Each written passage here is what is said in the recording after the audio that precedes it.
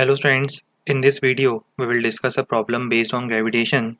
So there is a meteorite which is falling towards the center of Earth and it now collides with a satellite which is moving in a circular orbit around the Earth. Now it gets instantaneously attached to the satellite.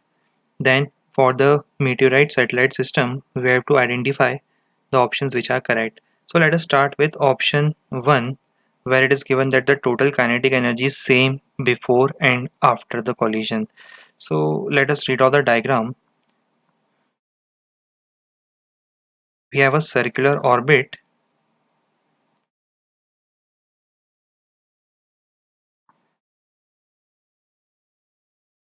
where there is a satellite which is orbiting in this circular orbit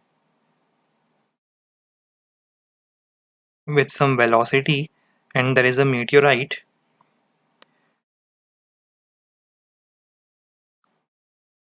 which just strikes the satellite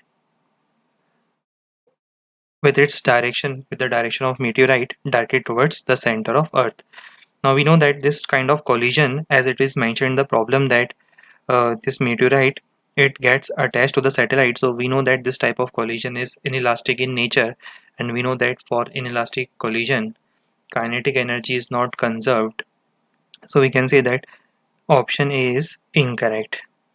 Now in option B, the total linear momentum just before and just after collision, we know that the total linear momentum of the system will remain conserved just before and just after collision if the external force that is acting on this system is not impulsive in nature.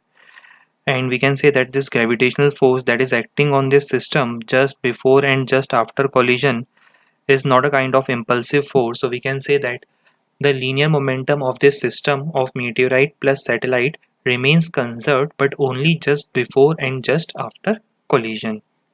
So option 2 is correct.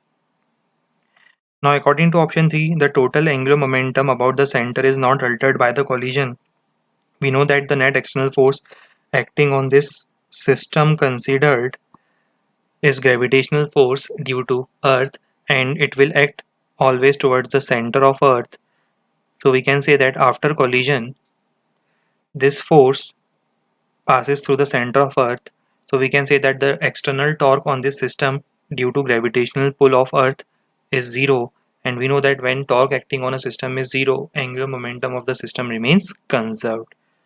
So option C is correct.